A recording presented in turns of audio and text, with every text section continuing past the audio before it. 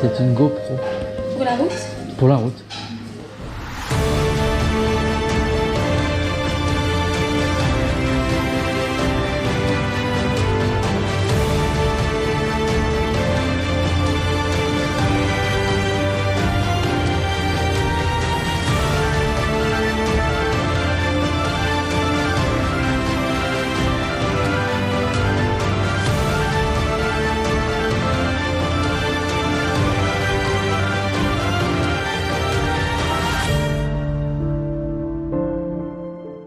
Bonjour et bienvenue à bord de Roue Libre by Alan. Alors Alan, c'est moi.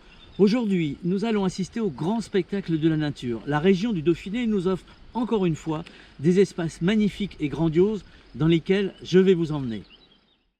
Nous sommes ici dans le sud du département de l'Isère et nous allons traverser ensemble la partie qui est pour moi la plus belle de ce département. C'est l'extraordinaire plateau du Trièves dans lequel je viens de rentrer à l'instant. Et sur ce plateau, je vais vous faire découvrir un lieu mythique qui est absolument unique, imposant et avec une forme, vous allez voir, très originale. Allez, je vous emmène à sa rencontre.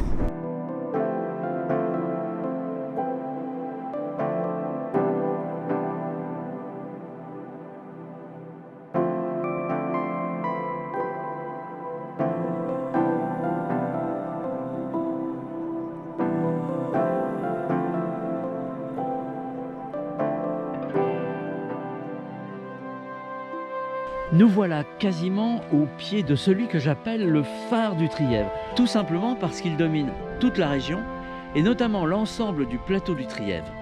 C'est le mont Aiguille. Sa forme est absolument unique. Elle est reconnaissable entre tous les sommets de cette vaste région des Alpes. Haut de 2086 mètres, sa réputation de mont inaccessible a forgé un peu son mystère. Quant à sa falaise, elle est haute de 300 mètres. Et ce mont Aiguille, qui est de temps en temps masqué par les nuages, a une histoire vraiment singulière, une histoire que je vais vous raconter. 1492. Pour ceux qui étaient sur les bancs de l'école, cette date ne doit pas vous être inconnue. Et pour cause, puisque c'est l'année où Christophe Colomb a découvert l'Amérique. Et bien la même année, le roi Charles VIII décide d'organiser l'ascension de ce coin de France encore inexploré. Antoine de Ville, seigneur lorrain et capitaine de Montélimar, est chargé de l'expédition. Et bien ce militaire prévoit de conquérir la montagne comme on prend une forteresse. Et pour réaliser cette ascension, il fait fabriquer 2 km d'échelles. Il prend notamment avec lui un charpentier et un tailleur de pierre. Et ces fameuses échelles vont permettre à la petite équipe constituée de réaliser cette ascension du mont Aiguille qui sera la première grande ascension alpine. Et oui, l'alpinisme a commencé officiellement ici au mont Aiguille en juin 1492, il y a donc 532 ans exactement, et pas du tout sur un grand sommet des Alpes comme je l'imaginais naïvement. Voilà, cette causerie au pied du mont Aiguille aura été utile puisque, bonne nouvelle, les nuages se sont presque complètement dissipé et vous allez admirer avec moi sous un ciel un peu plus clément ce magnifique belvédère du Trièves, le fameux mont Aiguille dans toute sa splendeur.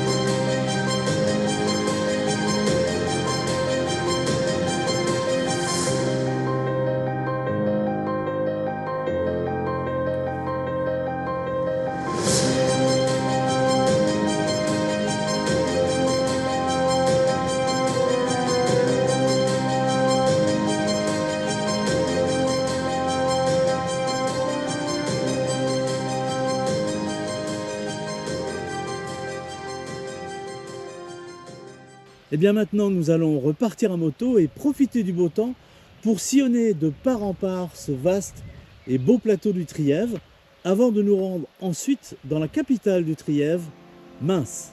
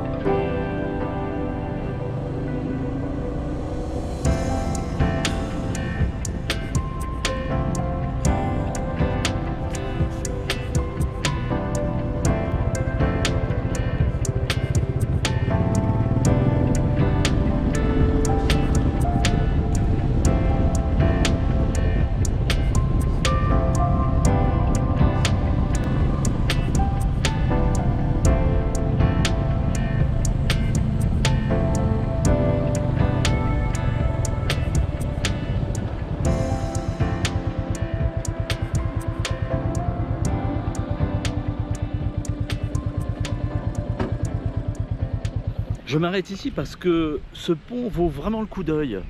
Au 19e siècle, ce pont était en pierre et il a été transformé ensuite en pont suspendu en fer avec péage. Ici, en effet, on faisait payer les personnes mais aussi les animaux et les véhicules. Et si la maison du péager a disparu, le pont de 100 mètres, lui, est bien là, car il permet de franchir le torrent Hébron sous nos pieds, 96 mètres plus bas. Vous voyez, c'est assez impressionnant.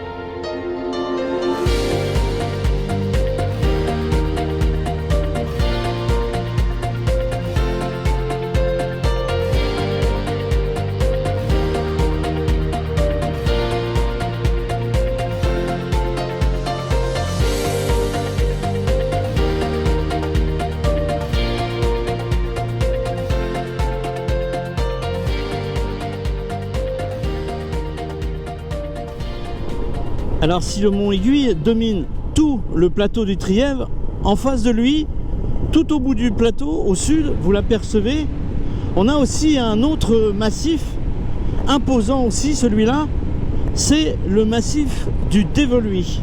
C'est une montagne incontournable dans la région car ses sommets sont très hauts. Certains peuvent atteindre jusqu'à 2790 mètres si je me souviens bien.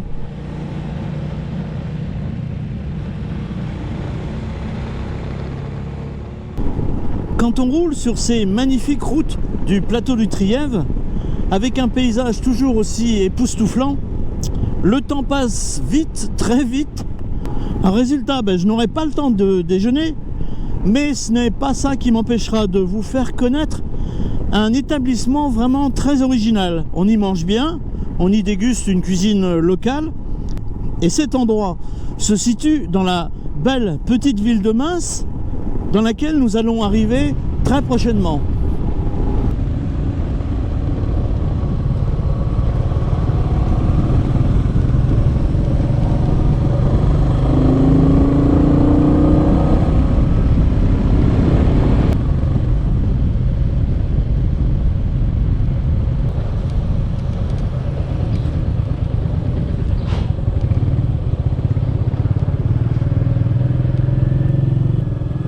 Nous sommes donc arrivés à Mins, capitale historique du Trièves.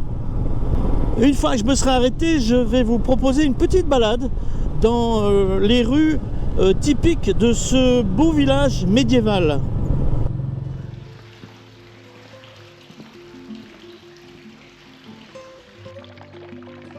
Alors Mins est un gros bourg commerçant, c'est d'ailleurs la plus grosse commune du Trièves avec 1400 âmes.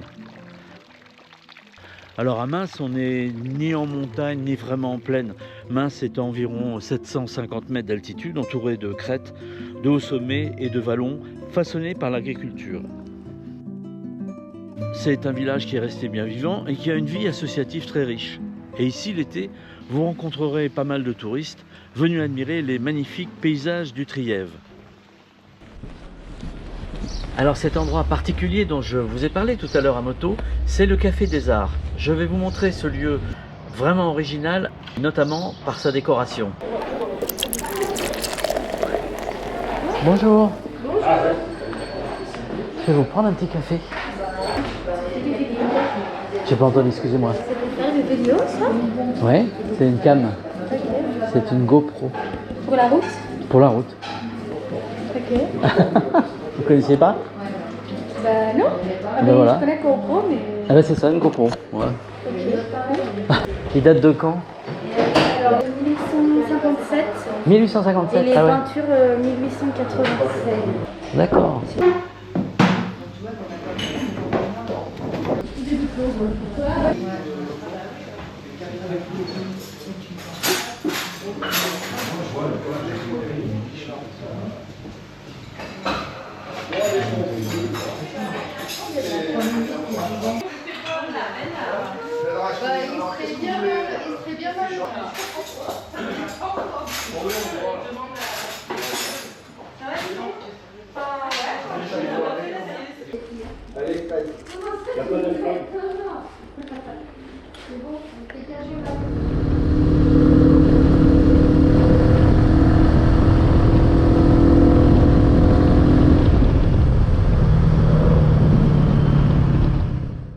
Voilà, cette émission se termine. Vous avez vu que le temps s'est couvert un petit peu.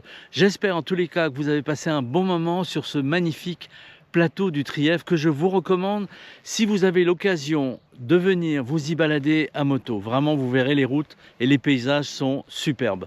Merci encore de m'avoir suivi et si vous avez aimé cette émission, eh bien n'hésitez pas à cliquer sur le petit pouce levé en bas de votre écran et bien sûr, vous pouvez vous abonner à ma chaîne afin d'être prévenu de la sortie de la prochaine émission. Je vous dis donc à bientôt sur ces belles images et sur Rouli Bayalan. Ciao!